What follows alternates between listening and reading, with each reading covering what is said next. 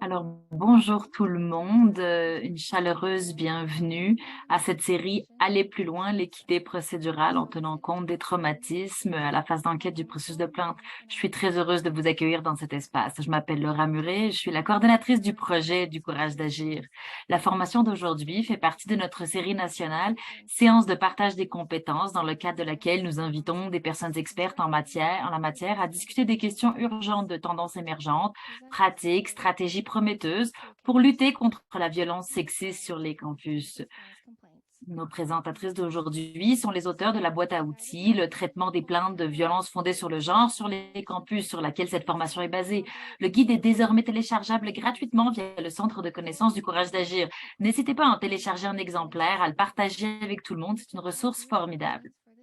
Avant de commencer, une petite note sur la langue et l'accessibilité. Vous pouvez avoir accès aux sous-titres ou à l'interprétation en français en l'activant sur les boutons qui sont en bas de votre écran.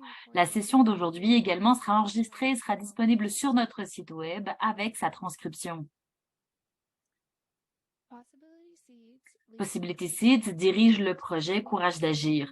Nous sommes un cabinet de conseil en changement social de premier plan qui se consacre à la justice, à l'équité et à l'inclusion des femmes.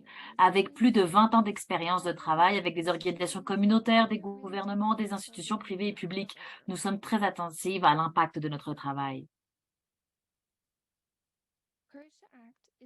Courage d'agir est une initiative pan-canadienne pluriannuelle qui vise à combattre et à prévenir la violence basée sur le genre sur les campus des établissements d'enseignement postsecondaire au Canada. Elle s'appuie sur les recommandations du rapport de Possibility Seeds, le courage d'agir, élaborer un cadre national pour prévenir et contrer les violences fondées sur le genre dans les établissements d'enseignement postsecondaire. Notre projet est une des premières collaborations pan-canadiennes qui a réuni plus de 170 personnes expertes, défenseuses, leaders d'opinion à travers le Canada. Je souhaite également prendre un moment pour remercier nos bailleurs de fonds. Notre projet est rendu possible grâce au soutien et au financement généreux de Femmes et Égalité des genres Canada, du gouvernement fédéral.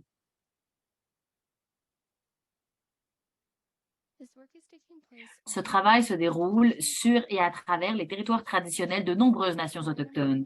La terre sur laquelle je me trouve actuellement est le territoire des Anishinaabe, des Haudenosaunee et des Lenni-Lenape. Ce territoire a fait l'objet du traité 21, également connu sous le nom de traité Longwood, une entente entre les Chippewas de la Première Nation Tams et la couronne britannique pour partager pacifiquement les ressources et en prendre soin. Cet accord a été rompu par les colons européens. Le processus de colonisation au Canada au cours des 2 derniers siècles a entraîné un génocide systématique des peuples autochtones de ce pays.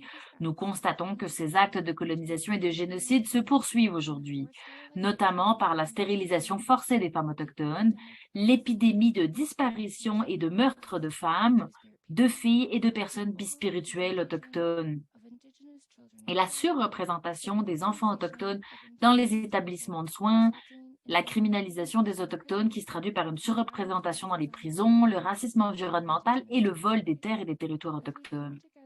Alors que nous nous réunissons pour répondre aux expériences de violences sexistes, nous devons reconnaître qu'il s'agit d'une lutte anticoloniale. Les deux ne peuvent pas être séparés. Le soutien à la décolonisation et à la souveraineté autochtone est essentiel pour travailler à une culture du consentement et de la responsabilité. Nous honorons et nous nous inspirons de l'expérience et de la sagesse des personnes survivantes, activistes, travailleurs, travailleuses de première ligne, écrivaines, éducatrices, guérisseuses et artistes autochtones. Aujourd'hui, nous allons agir en invitant tout le monde ici à lire l'appel à la justice contenu dans Réclamer notre pouvoir et notre place, le rapport final de l'enquête nationale sur les femmes et les filles autochtones disparues et assassinées. Vous pouvez télécharger la feuille de travail sur la façon dont votre institution peut répondre à ces appels à l'action en cliquant sur le lien qui va être mis dans le clavardage. Je voudrais faire une petite note sur la question de la prise de soin de soi-même. Ce travail peut être difficile. Beaucoup d'entre nous ont peut-être leurs propres expériences de survie ou de soutien aux personnes que nous aimons et dont nous nous occupons et qui ont été victimes de violences sexistes. Un petit rappel ici pour être attentif à notre bien-être lorsque nous nous engageons dans des conversations difficiles. Vous pouvez, la section Prendre soin de soi de notre page web, dans la section partage de compétences ou cliquez sur le lien qui va être mis dans le clavardage. Avant de présenter les personnes qui interviendront aujourd'hui, une brève remarque sur le format. Vous êtes invité à poser vos questions dans la boîte questions-réponses tout au long de la session et nous les poserons à nos personnes expertes présentatrices à la fin du webinaire. Nous essaierons de répondre à autant de questions que possible pendant le temps dont nous disposons ensemble. À la fin de cette session, vous trouverez un lien vers un formulaire d'évaluation. Nous vous serions très reconnaissants de prendre quelques minutes pour nous faire part de vos commentaires, car ils nous aident à nous améliorer. Ce formulaire est anonyme. Après la session, nous vous enverrons également par courriel une copie du formulaire d'évaluation et un lien vers l'enregistrement afin que vous puissiez le visionner à nouveau et le partager avec vos réseaux. Je suis vraiment ravie de vous présenter nos intervenantes aujourd'hui. Deborah Erke, c'est coordonnatrice de la réponse à la violence sexuelle à l'Université d'Alberta et co-responsable du groupe de travail du courage d'agir sur les signalements, enquêtes et processus décisionnels. Ensuite, Brittany De Costa, qui dirige le projet Harcèlement sexuel en contexte d'apprentissage expérientiel pour Courage d'agir et responsable du groupe de travail signalement, enquêtes et processus décisionnels de Courage d'agir. Alors, je laisse la parole à Brittany. Thank you so much, Laura, and good afternoon, everyone. We're excited that you're all here with us today. Merci, Laura, et bon après-midi à tout le monde. Nous sommes ravis que vous soyez ici avec nous. Comme toutes nos sessions, aller plus loin, nous souhaitons vraiment qu'aujourd'hui, ce soit le point de départ pour des conversations et des pratiques continues, ainsi qu'un moyen de se connecter les unes avec les autres en tant que soutien par les pairs. Donc, nous vous invitons à vous présenter dans le clavardage. Quel est votre nom? Dans quelle institution travaillez-vous et quel est votre rôle? Nous voulons également savoir quel est le défi auquel vous êtes confronté en matière d'enquête. Nous espérons que cette session va vous donner des stratégies pour relever les défis auxquels vous faites face et que vous trouverez d'autres personnes avec lesquelles vous pourrez vous connecter autour de défis similaires. Notre session aujourd'hui est axée sur la stratégie du chapitre 9 du guide complet. Vous pouvez trouver l'intégralité du guide affiché en 4 sections distinctes. Il est publié en 4 sections que vous pouvez trouver dans notre centre de partage des connaissances. Nous vous encourageons à revoir ce chapitre pour plus de détails sur ce que nous serons en mesure de couvrir aujourd'hui. Nous mettrons en évidence les concepts et les principes clés qui sous-tendent l'ouvrage afin de vous permettre de réfléchir à des situations complexes et potentielles. 2 autres ressources qui pourraient être utiles à ce groupe proviennent des communautés de pratique Le Courage d'agir. Dans le cadre de la communauté de pratique travail, nous disposons des principes clés des enquêtes sur les violences fondées sur le genre dans les établissements d'enseignement postsecondaire rédigés à l'intention des personnes en charge de l'enquête sur le lieu de travail et ceux qui les engagent. La communauté de pratique des processus de plainte a rassemblé une liste impressionnante de supports et de ressources pour traiter les plaintes de violence fondées sur le genre.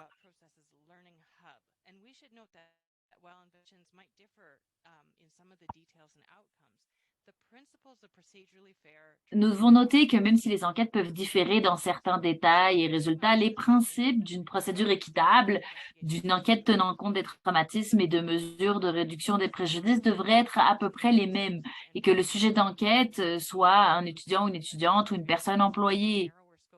Nous encourageons les gens à ne pas se limiter dans ces ressources. Les personnes qui travaillent avec des étudiants et étudiantes ou avec des employés ont beaucoup à apprendre.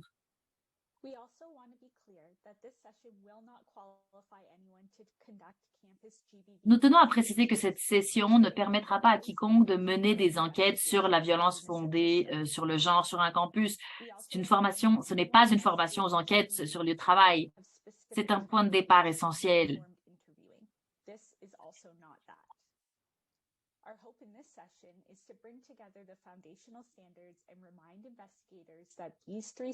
Nous recommandons également à toute personne enquêtant sur la violence fondée sur le genre de suivre une formation spécifique.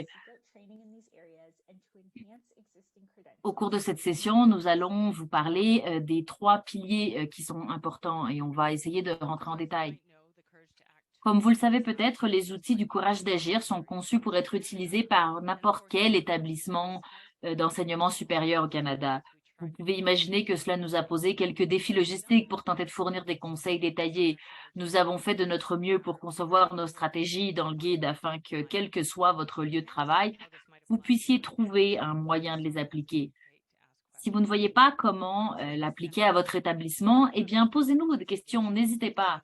Dans cette session, nous parlerons du processus d'enquête, nous discuterons des objectifs et nous suggérons des stratégies spécifiques pour appliquer les normes fondamentales aux enquêtes. En outre, nous utiliserons le cas d'étude de la série Aller plus loin, celui sur lequel nous avons travaillé dans la première session webinaire réception des plaintes. Parce que nous reconnaissons également que tous les établissements d'enseignement supérieur ne disposent pas de personnes chargées de faire l'enquête à l'interne. Donc, nous avons conçu cette session non seulement pour les personnes en charge de l'enquête, mais aussi pour ceux et celles qui les engagent et qui leur donnent des instructions. Il est tout aussi important pour ces personnes de comprendre ce qu'est une enquête tenant compte des traumatismes et de veiller à ce que des mesures de réduction des dommages soient également intégrées.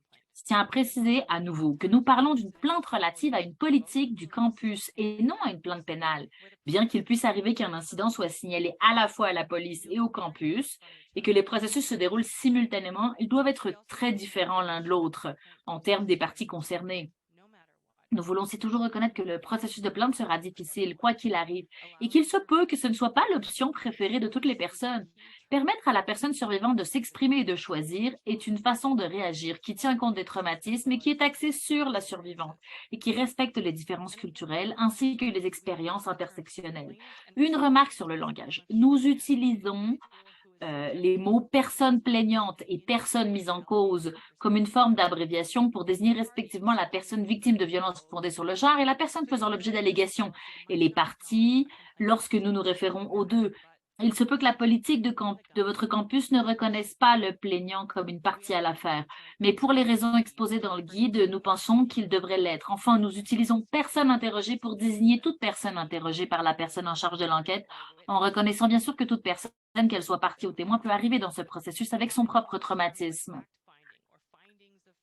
Nous utilisons des mots comme trouver les faits.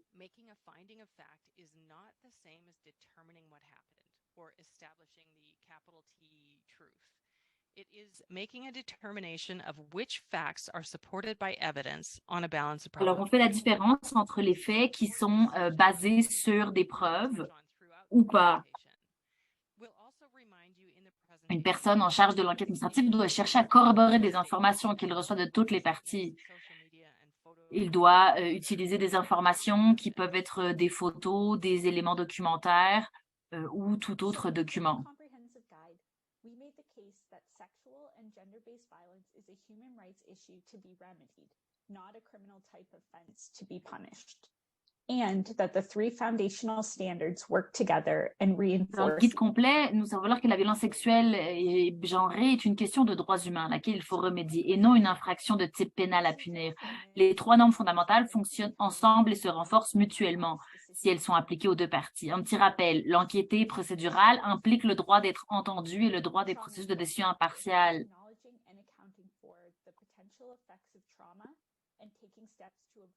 La pratique tenant compte des traumatismes consiste à reconnaître et à prendre en compte les effets potentiels des traumatismes et à prendre des mesures pour éviter de retraumatiser quiconque. La réduction des dommages consiste à reconnaître les dommages inhérents à nos processus et à prendre des mesures. Toutes les stratégies que nous présentons dans ce webinaire sont fondées sur ces trois normes.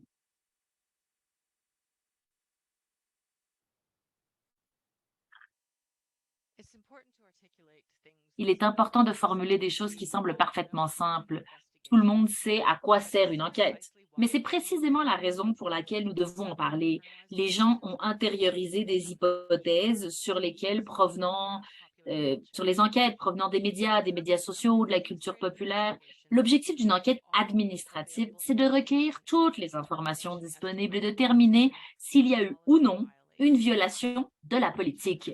Les informations proviennent de diverses sources, mais la source la plus importante sur les questions de violence fondée sur le genre, c'est les déclarations de la personne plaignante, de la personne mise en cause et des témoins le cas échéant. Une personne en charge de l'enquête administrative doit chercher à corroborer les informations qu'il ou elle reçoit de toutes les parties. La personne chargée de faire l'enquête évalue ensuite l'ensemble des preuves en utilisant une lentille chromatique afin de tirer des conclusions de fait. Par exemple, peut-être que les faits qui vont pouvoir être corroborés, c'est qu'effectivement, une personne se trouvait où elle était supposée se trouver à ce moment-là. Ça nous permet de réconcilier, on essaye de trouver des façons de réconcilier des récits.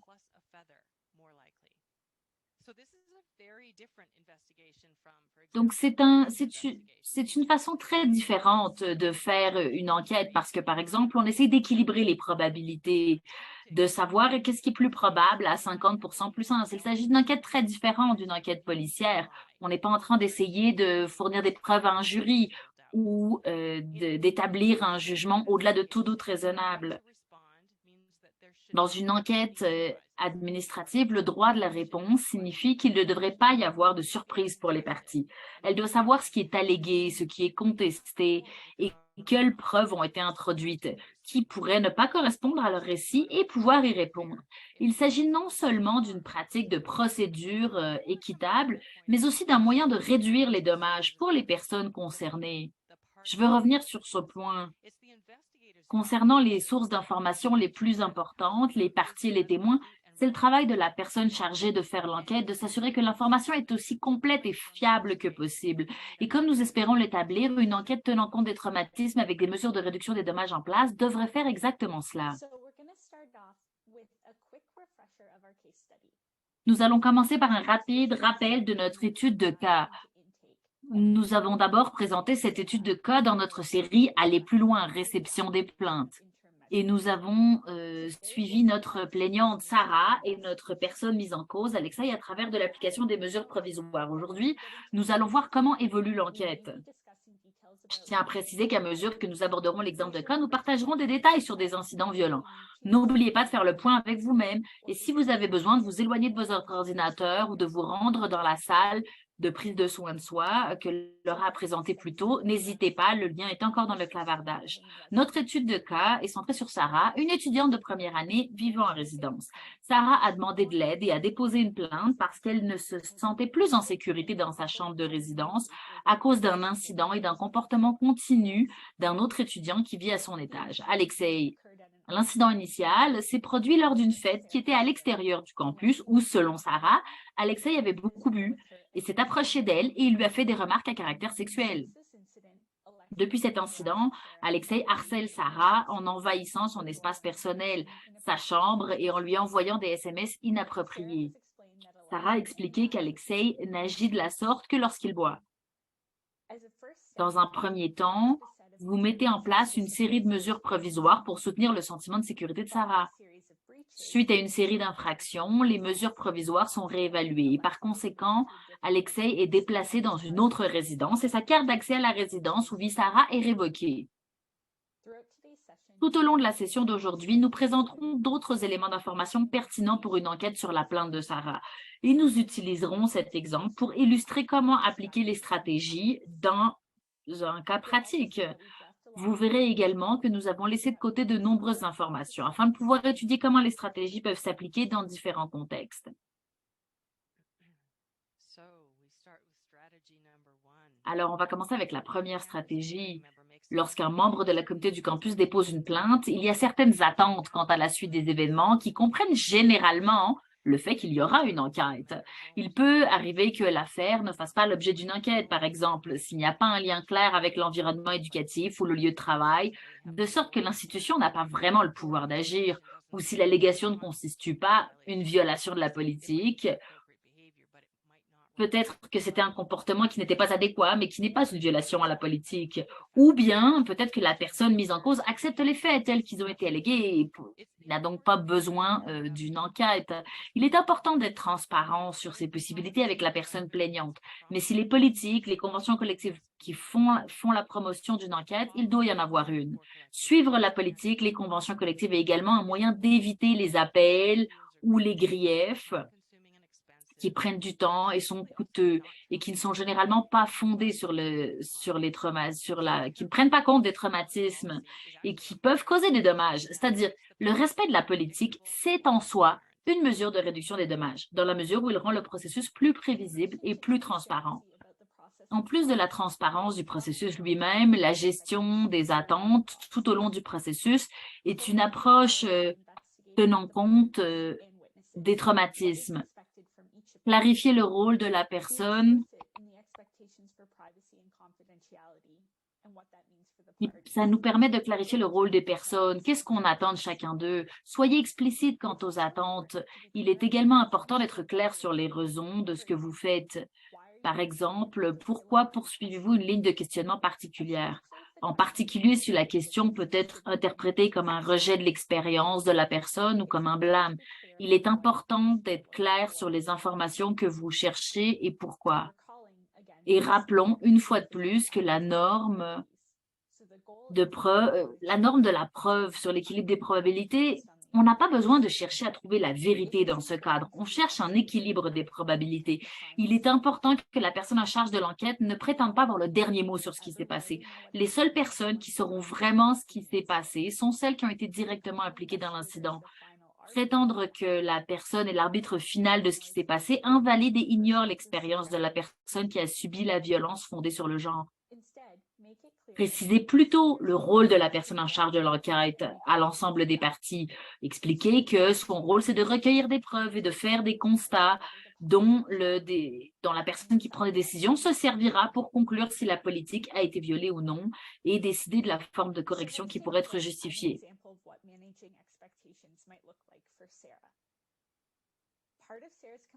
Is that Alexei texts her late at night when he's been drinking. En partie du plainte de Sarah, il dérange le soir.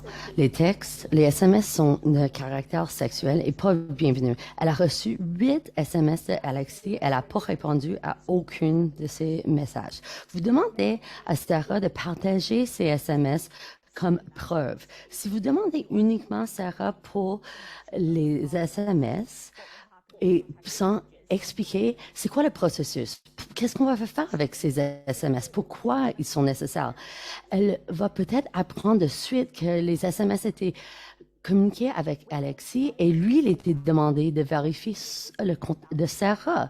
Sans information supplémentaire, ça peut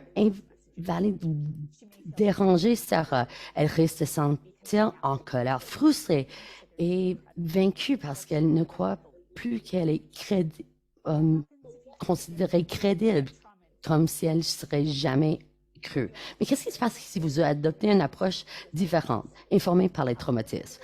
Lorsque vous demandez à Sarah de partager les messages, vous expliquez que c'est partagé avec les informations, partagées avec Alexei pour qu'elle a la chance, et lui, il a la chance de répondre. Et vous expliquez aussi que Sarah a la chance de répondre et expliquer toute l'information donnée par Alexei, d'expliquer qu'est-ce qui se passe.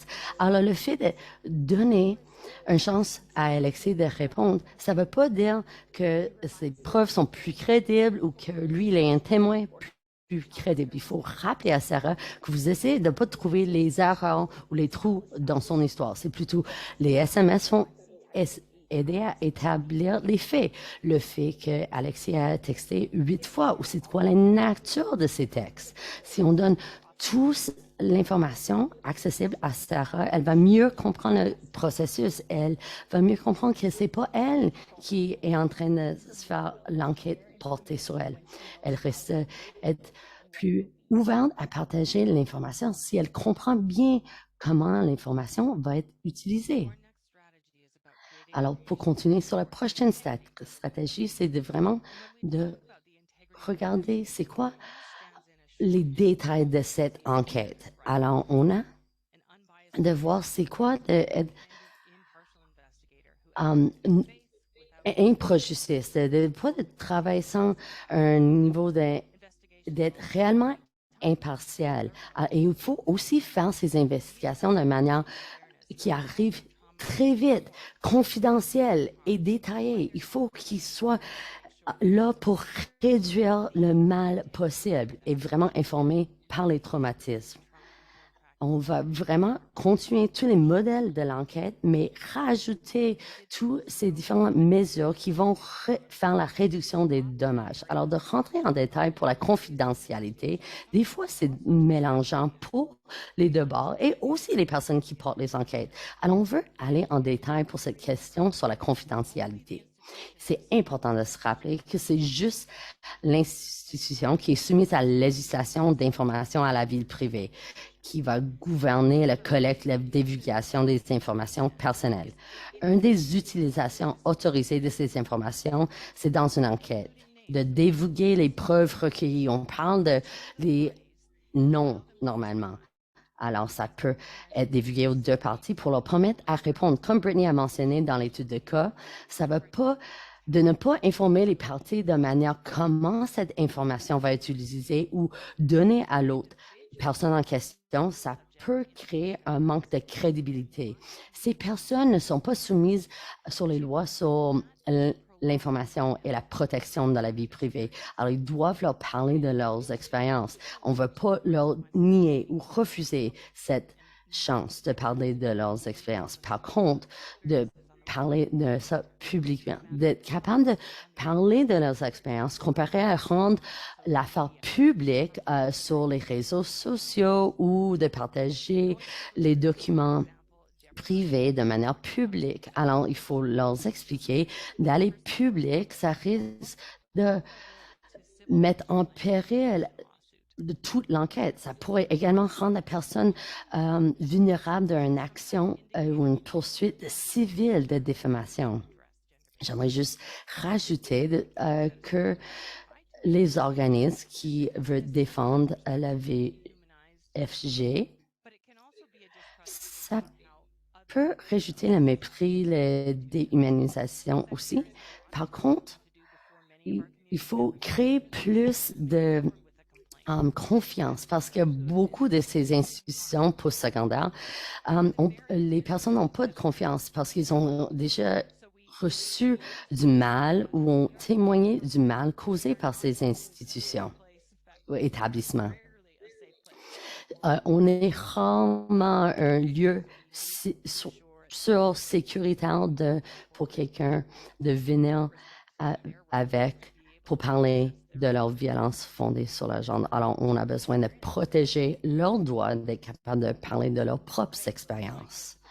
Alors, lorsqu'on veut appliquer qu'est-ce qu'on vient d'expliquer, confidentialité, avec le cas de Sarah et Alexis, les deux ont des craintes. Qu'est-ce que ça veut dire pour elle? Sarah veut dire qu'elle sent qu'elle peut plus parler, elle peut pas garder la silence sur ses expériences. Elle demande si ça se signifie, si elle peut pas raconter qu'est-ce qui se passe à ses amis, sa famille. Elle est mélangée de qui elle peut parler, sur quel sujet, et qu'est-ce que ça veut dire si elle a déjà parlé à ses amis et sa famille. Et dans ces cas, il faut valider les sentiments de Sarah, de sentir silencée, et c'est elle qui est propriétaire de ses expériences et qu'elle peut parler à ses amis, famille, et aussi parler à une personne de soutien comme un conseiller, comme elle a besoin. Vous avez besoin de clarifier que le processus elle-même n'est pas confidentiel. Elle n'est pas a le droit de partager publiquement la plainte sur les réseaux sociaux ou parler de ce qui se passe à l'extérieur de son réseau de soutien, comme les personnes qui vivent dans la résidence avec elle. Par contre, elle peut parler de l'existence du plainte et ses expériences à travers ce processus dans son réseau de soutien. Et vous expliquez à Sarah, elle peut vous contacter si elle a des craintes avec qui ou quoi partager. Pour Alexis, lui, il a des craintes parce que lui, il ne veut pas que ses amis, d'autres étudiants vont savoir qu'est-ce qui se passe. Et il pense aussi qu'est-ce qui pourrait passer à sa carrière académique si ses professeurs et tout ça vont savoir. Alors, vous pouvez apaiser certaines de ces enquêtes, que c'est juste Sarah et lui qui va savoir les détails et l'information du processus. Mais il faut clarifier qu'il n'y a pas des personnes ou d'autres niveaux d'établissement peut recevoir l'information. La confidentialité, c'est pas un secret. C'est juste donner l'information sur une base qui la personne a besoin de savoir.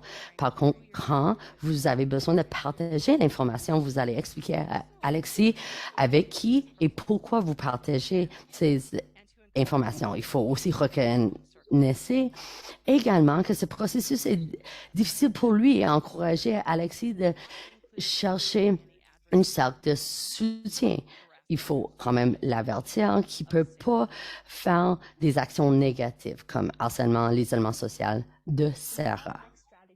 Alors, pour porter à la prochaine stratégie, c'est comment on fait un entretien vraiment en profondeur. Et on pourrait faire tout un cours sur cette diapo. Alors, il faut chercher plus des cours et des ateliers là-dessus. Alors, c'est la personne qui, si on va travailler d'une manière de tenir compte des traumatismes, en parlant de cet incident, la personne risque d'être ré-traumatisée.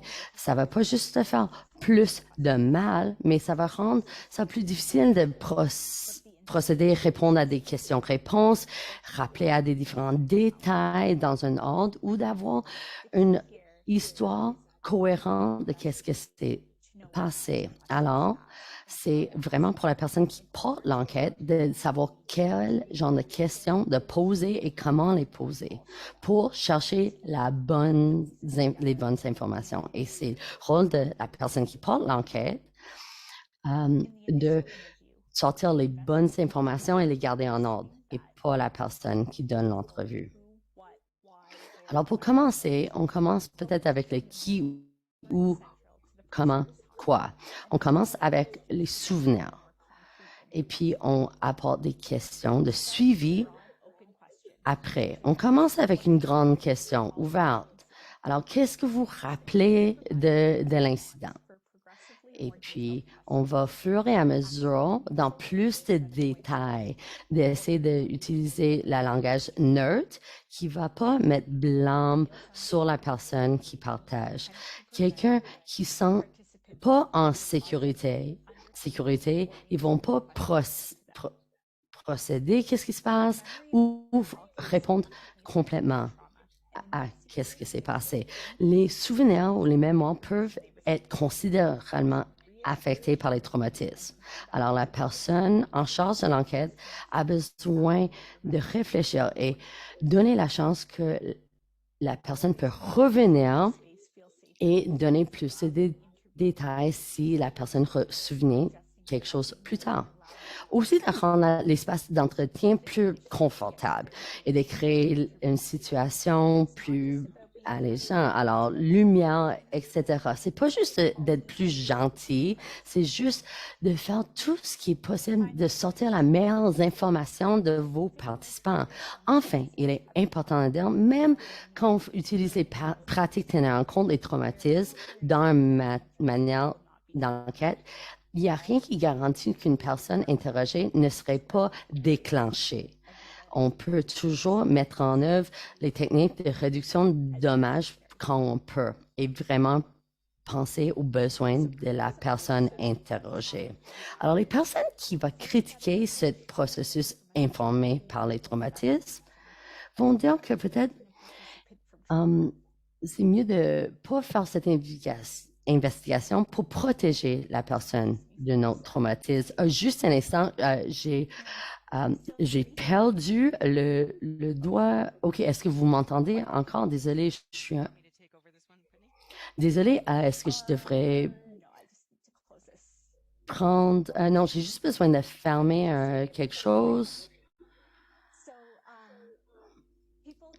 Alors, les personnes peuvent avoir des craintes. Alors, si on utilise ces pratiques informées par les traumatismes, qu'on ne va pas vraiment avoir une enquête qui est détaillée comme on a besoin parce qu'on protège la personne de se faire retraumatiser ou des traumatismes. Et non, ça c'est pas clair parce qu'on sait que la majorité des incidents de la violence fondée sur le genre, ça arrive avec deux personnes qui sont dans la salle. Et ces deux personnes peuvent avoir deux histoires très différentes de qu'est-ce qui s'est passé. Alors, la personne qui fait l'enquête a besoin de prendre toutes les informations et essayer de faire une clarité en les deux. Quand il y a deux histoires différentes et les deux ne peuvent pas être vraies, c'est la personne qui prend l'enquête qui a besoin de poser plus de questions, de savoir qui est plus probable. Et c'est comment on pose ces questions. Ça va vraiment mieux sortir l'information. On voit quelques exemples sur l'écran en ce moment.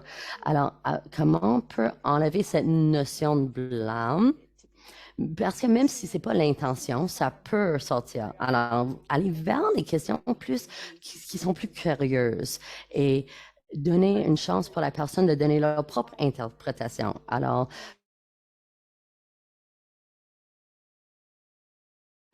par exemple, dire plutôt qu'est-ce qui se passait selon vous ou pour vous quand ça s'est arrivé? Au lieu de dire qu'est-ce que vous pensez, on pourrait dire réfléchissant, c'était quoi vous réagissez ou pourquoi vous réagissez ou comment? Alors, c'est vraiment de réfléchir à comment on pose ces questions. Alors, il faut pas demander à un témoin ou un plaignant de justifier leur comportement. Vous n'êtes pas là pour faire une enquête sur leur comportement ou celle. Et aussi, on sait que le trauma peut créer des différents types de comportements. Il faut comprendre l'image complète et comment on pose ces questions, ça peut éloigner le participant ou donner une chance à la participante de donner plus d'informations et l'information claire.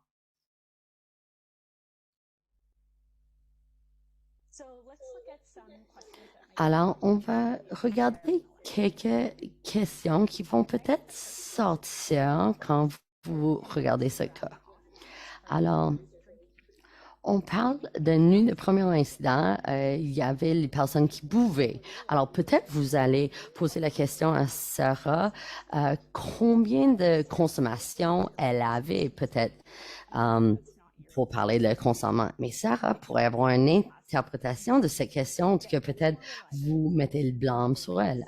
Alors si vous prenez la question plus de consentement, alors vous pouvez demander d'autres témoins de savoir si Sarah avait des comportements comme le vomissement, trouble d'élocution, difficulté de marcher, etc., pour établir le consentement ou pas.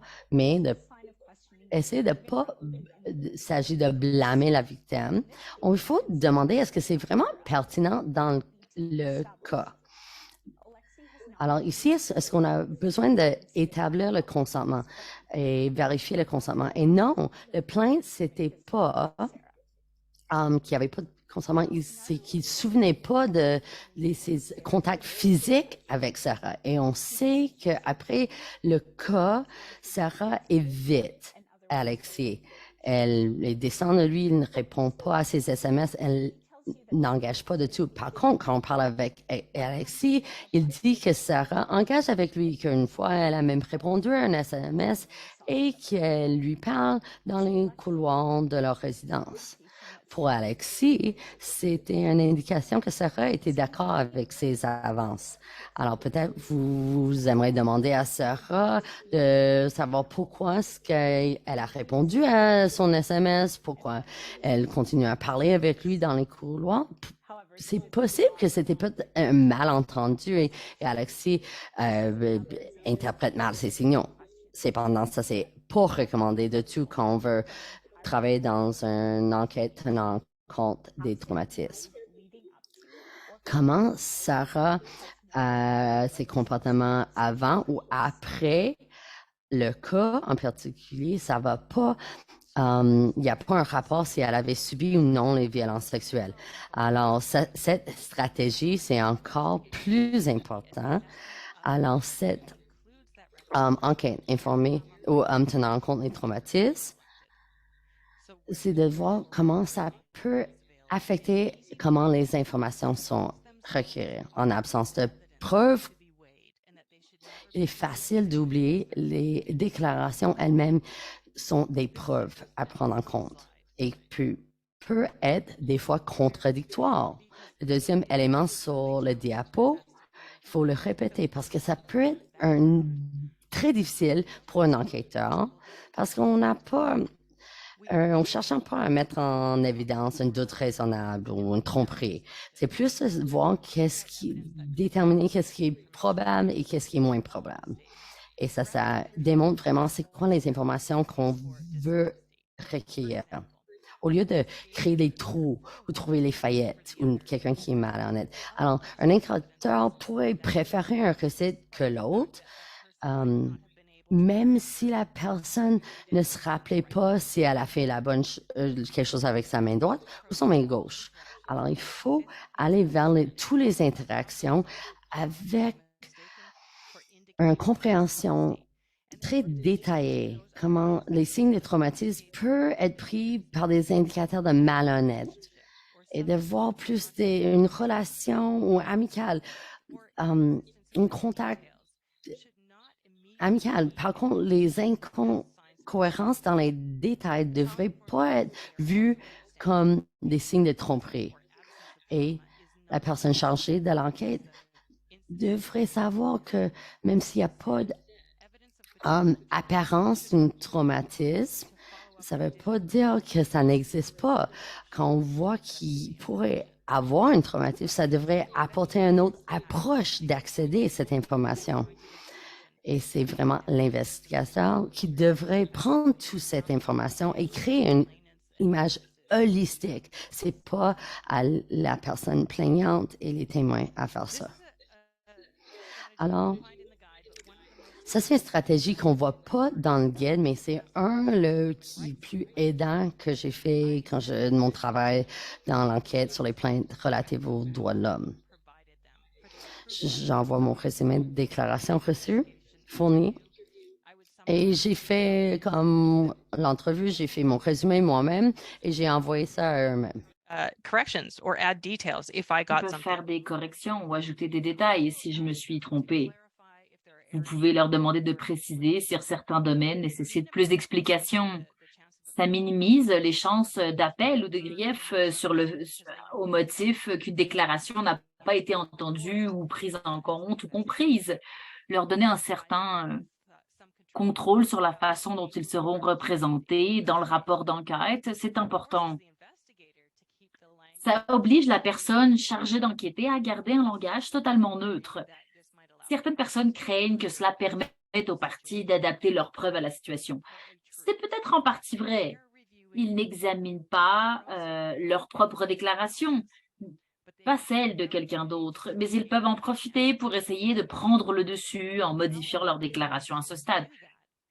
S'ils le font, cela fera également partie du rapport en notant que des corrections importantes ont été sollicitées par la personne et ça mettra donc en évidence des problèmes de crédibilité potentiels. Mais ça fait vraiment une différence en termes d'équité. Ça fait que les gens se sentent écoutés. Et je pense que ça, c'est très important pour un processus qui prenne en compte les traumatismes. Une autre critique, c'est que cela ajoute à la charge de travail déjà considérable d'une personne chargée de l'enquête. Mais de toute façon, cette personne doit résumer les déclarations pour son rapport. Donc, même si cela peut prendre un peu plus de temps de l'envoyer, de recevoir les réponses, ça peut renforcer le rapport final. Lorsque vous pouvez dire que les personnes interrogées ont revu et approuvé le résumé de la déclaration, c'est un pas important. L'étape finale d'une enquête, et c'est le rapport écrit. Alors, ce rapport doit inclure un résumé des allégations, un résumé des déclarations, une description des preuves qui ont été recueillies et une évaluation qui a été faite par la personne en charge de l'enquête. Pour souligner le caractère approfondi et fiable de l'enquête, le rapport doit également inclure une description des efforts déployés pour trouver des preuves qui, en fin de compte, n'étaient peut-être pas si disponibles ou peut-être on a essayé de contacter des témoins qui ont choisi de ne pas participer. Le rapport doit indiquer explicitement les contradictions et les efforts des personnes chargées de l'enquête pour les réconcilier ou trouver des preuves supplémentaires, pour faire corroborer les éléments. Ensuite, la personne chargée de l'enquête peut indiquer qu'elle préfère une déclaration particulière et expliquer pourquoi. en fournissant des raisons qui tiennent compte de la présence d'un éventuel traumatisme, d'une analyse intersectionnelle et, le cas échéant, de toute autre évaluation de la crédibilité ou de la fiabilité des déclarations. Le langage utilisé dans le rapport est extrêmement important. Il doit être neutre, ne pas blâmer ou diminuer l'impact des actes. Il doit décrire les conclusions de faits sans jugement de valeur. Il doit se baser sur des faits. Les preuves permettent de conclure que les personnes mises en cause a placé sa main sur la cuisse supérieure de la plaignante au lieu de la personne mise en cause à tripoter la plaignante, par exemple. C'est un changement très important. Il doit éviter des mots comme coupable, victime, auteur, qui viennent du système, qui sont importés du système juridique pénal. Ce rapport doit être simple et rédigé dans un langage le plus clair possible, sans jargon ni rhétorique, ce qui peut être déroutante. Il doit être suffisamment détaillé pour qu'une personne en charge de prendre une décision puisse s'y fier. Mais il ne doit pas être détaillé au point d'en être accablant ou masquer même des informations importantes.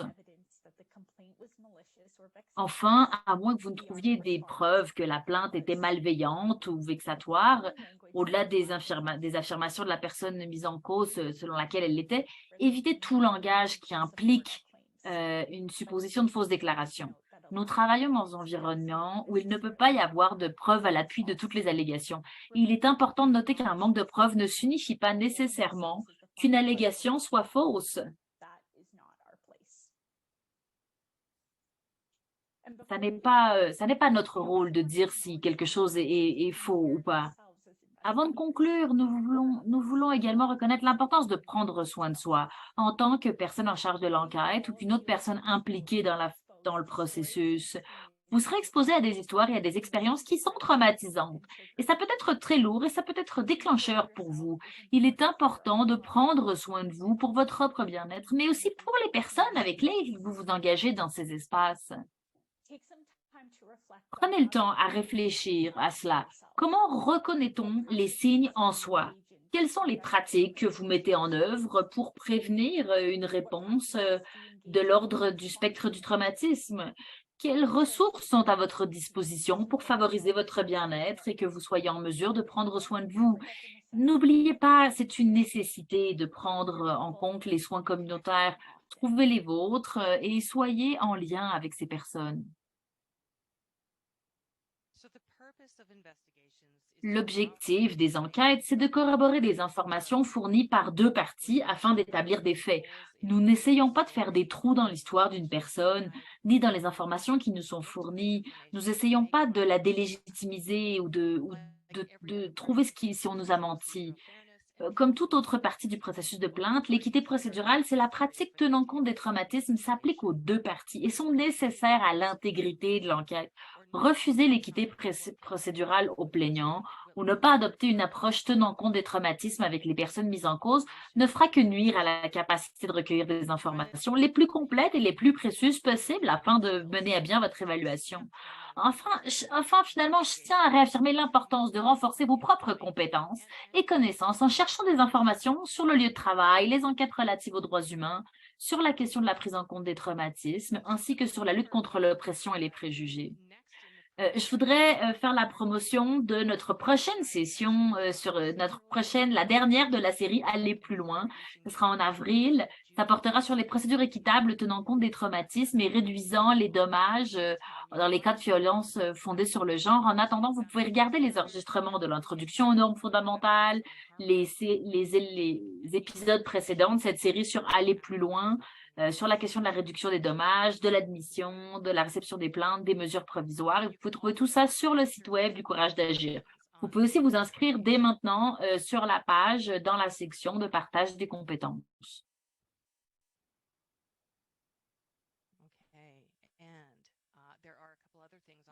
Là, il y a quelques éléments de plus à l'horizon et je pense que ça vous intéresserait de rester à l'écoute. Le premier, c'est notre prochaine question non résolue, qui est une publication. La section 4 du guide, c'est les questions non résolues. On parle des cas dans lesquels il n'y a pas de jurisprudence. C'est des choses auxquelles on fait face, mais on n'a pas de jurisprudence. Donc, on a identifié plusieurs questions non résolues. Notre premier document s'est penché sur la question non résolue de comment aborder la question des relations entre étudiants et étudiantes et le corps enseignant dans un établissement d'enseignement supérieur. C'est disponible. Aujourd'hui, après avoir organisé des tables rondes avec un panel d'experts, nous finalisons notre deuxième rapport. Dans ce deuxième, on va parler de la question de la confidentialité, la question épineuse de la divulgation entre les établissements. Comment est-ce qu'on fait quand on passe ce problème? Il y a une personne qui a commis une violence fondée sur le genre dans notre établissement et nous savons qu'elle part dans un autre établissement. Alors voilà, ça va être le deuxième cas qu'on va travailler. Nous nous réjouissons également de notre dernier événement de l'année, un discours de l'un de nos messages clés et de nos convictions fondamentales que le processus de plainte sont intrinsèquement nuisibles et que nous devrions chercher des alternatives si nous voulons mieux répondre aux besoins des personnes survivantes. Donc, cette conférence We Can Do Better avec Sarah Volgermort aura lieu au mois de mai pour traiter de ces sujets. Merci beaucoup, Deb et Brittany. J'apprends tellement quand je vous entends. Alors, j'aimerais que vous partagiez vos questions dans la boîte de questions-réponses en bas de votre écran. Ou si c'est plus facile, vous pouvez utiliser la boîte de clavardage, la façon qui vous est la plus simple pour envoyer vos questions.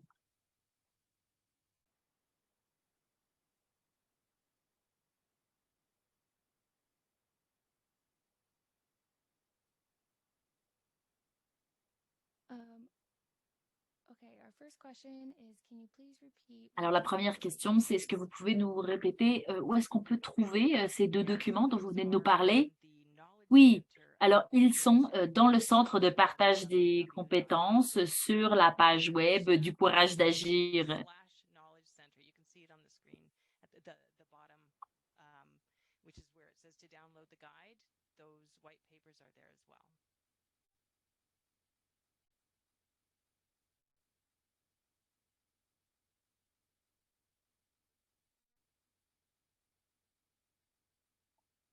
Maybe while we're waiting, I'll just flag another resource. I noticed that somebody raised a challenge with balancing around the limitations of being survivor-centered in terms of related legislation. Donc, quelqu'un parlait de la question des lois sur les protections d'informations personnelles et le fait d'avoir une perspective spécifique centrée sur les plaignantes. Donc comment faire ce lien?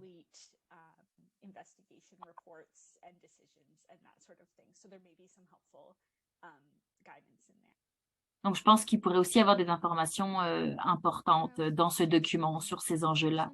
Oui, alors, je viens d'envoyer le lien dans le clavardage. Donc, ces documents qui sont en anglais s'appellent White Papers en anglais. Vous pouvez envoyer vos autres questions dans le chat. On va aussi vous mettre des ressources sur la question de pourquoi c'est important de croire la voix des victimes et pourquoi ça vient renforcer les processus d'enquête. Je pense que c'est une excellente question.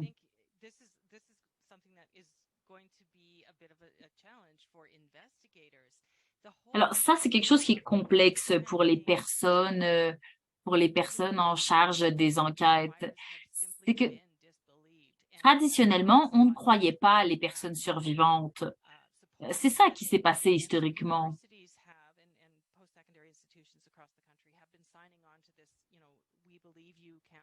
C'est pour ça qu'il y a cette campagne qui s'appelle « Nous te croyons », « We believe you » en anglais.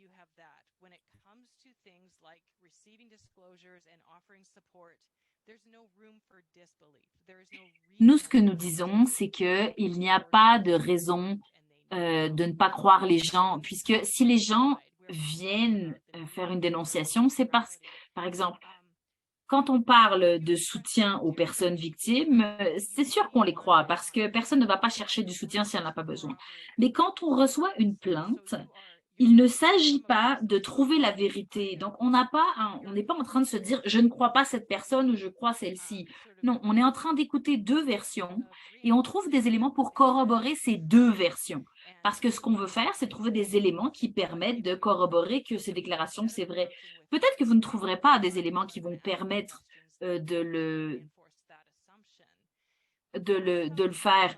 Mais ça va vous aider d'avoir cette idée. Cette idée ça vous permet d'être juste, d'avoir la même foi dans la version des deux personnes. Et ça va vous aider.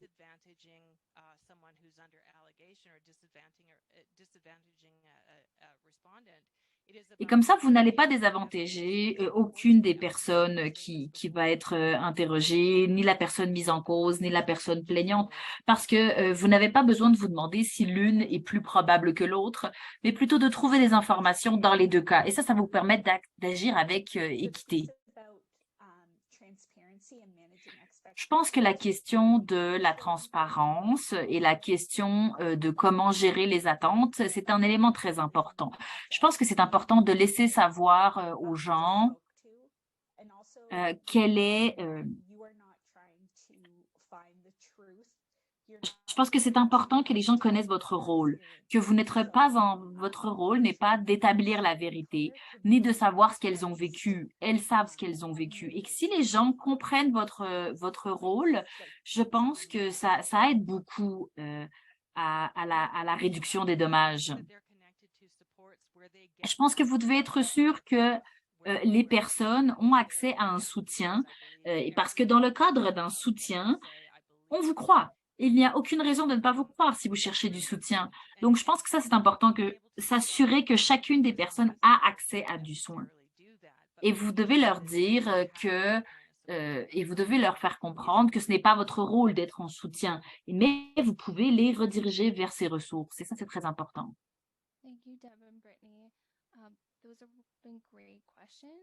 C'était d'excellentes questions et merci beaucoup pour vos réponses. Je ne sais pas s'il y a d'autres questions. Alors voilà, nous avons une autre question. Est-ce que vous avez des idées à partager sur la question de quand est-ce qu'on partage le rapport final en termes de à quel point on le partage dans une perspective qui prend en compte les traumatismes?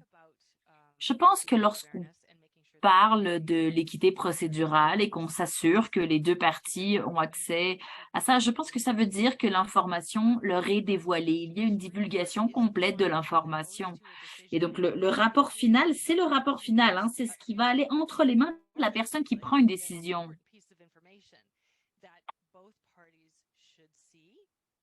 Et donc, pour moi, je dirais que les deux parties doivent voir ce rapport et doivent avoir une chance de réponse avant qu'une décision soit prise. Donc, je pense que ça, c'est important.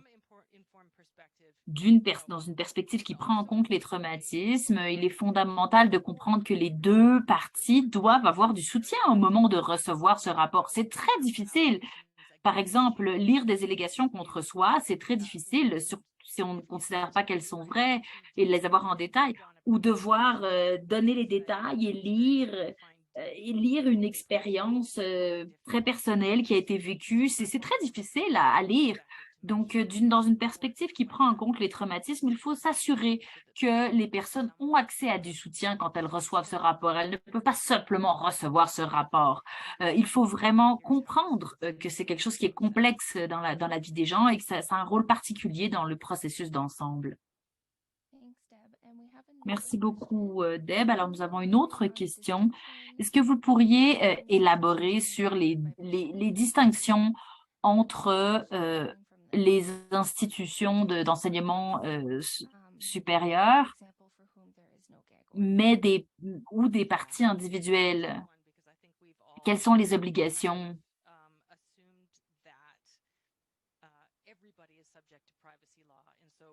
Parce que, je veux dire, tout le monde est soumis au respect de la vie privée d'autrui, donc tout le monde devrait le respecter légalement. Mais spécialement dans le cas des personnes survivantes, leur dire qu'elles ne peuvent pas parler de leur agression, elles sentent que c'est un bâillon qui leur est mis, que c'est une interdiction de parler de leur expérience, que c'est les empêcher de guérir du traumatisme vécu. Alors, c'est complexe. Alors, donc, il faut comprendre que c'est les institutions qui sont en charge de respecter la loi. Ce n'est pas une responsabilité des étudiants et étudiantes. Les étudiants et étudiantes ne sont pas les personnes en charge, mais même les employés. Si les employés sont les personnes plaignantes ou sont la personne mise en cause dans le cadre d'une plainte, elle ne doit pas être considérées comme elles ne doivent pas être considérées comme soumises à la politique de respect de la vie privée. Je veux dire, on doit pas considérer qu'un employé d'une université ou d'un établissement postsecondaire doit soudainement se retrouver en charge du respect de la vie privée des autres. Qu'est-ce que ça veut dire? C'est-à-dire qu'il faut faire très attention, éviter de parler des cas, mais ça ne veut pas dire que les individus ne peuvent pas en parler. Au contraire, les individus ont besoin de pouvoir en parler. C'est fondamental. Et ça, c'est très important dans le cadre des attentes, d'établir les attentes. Oui, vous avez le droit de parler de votre expérience à qui vous voulez. C'est votre expérience. Mais parfois, ça aura des conséquences. Et ça aura peut-être une conséquence qui peut être interférée avec l'investigation, avec l'enquête. Parce que si vous parlez à une personne qui est témoin, peut-être que ça va rendre impossible l'enquête. Et je pense que ça, c'est important de laisser savoir, par exemple, la personne plaignante ou la personne mise en cause, que si elle parle à des témoins, ça peut avoir des conséquences. Elles ont le droit de le faire. Donc, il faut aussi faire la différence entre parler à ses amis et être public. Ce ne sont pas les mêmes risques auxquels on s'expose. Moi, je dirais que c'est quelque chose de très différent. C'est quelque chose qui est très complexe. C'est un risque même entre ces deux personnes, c'est-à-dire une personne qui a dénoncé publiquement dans les réseaux sociaux sur le cas d'une enquête en cours. C'est une personne qui s'expose aussi à des litiges d'ordre civil. Elle peut faire l'objet d'une plainte et les personnes doivent le savoir. Parce que les gens peuvent faire ce genre de plainte dans le but de bâillonner quelqu'un. Alors, c'est important que les gens comprennent les conséquences et inviter les gens à prendre, à réfléchir à qu'est-ce qu'elles veulent partager ou pas publiquement et de quelle façon. Ça permet d'évaluer les dommages qui peuvent être causés à l'enquête par une divulgation publique d'informations.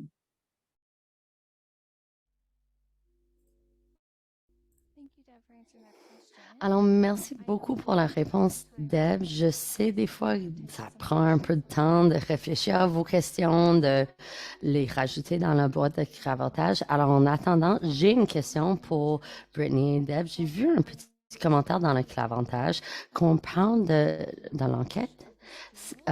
Si c'est pas quelqu'un qui porte l'enquête, mais des personnes qui ne sont pas les enquêteurs ou enquêteuses, qui aimeraient partager avec d'autres parties prenantes et d'autres enquêteurs. Comment est-ce que je pourrais présenter ces informations pour encourager à d'autres personnes qui prennent soin des enquêtes pour se renseigner plus ou chercher plus d'informations? Alors ça, c'est une question géniale. Merci, Laura.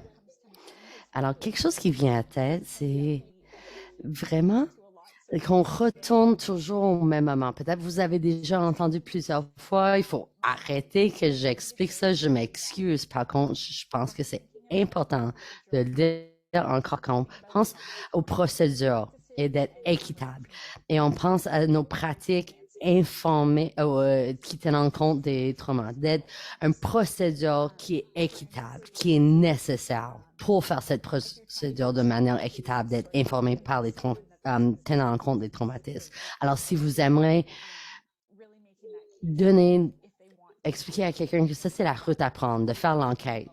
Alors, le collecte des données, les informations, que ça soit le plus complète, holistique de tous les témoins, etc. Alors, la meilleure manière de le faire, c'est vraiment de porter nos lunettes, nos lentilles qui tiennent en compte les traumatismes. Ça va changer tout le processus d'enquête. Et je pense que pour moi, ça, c'est la meilleure manière, mais je pense peut-être qu'il y a d'autres manières d'encourager les personnes de s'informer plus.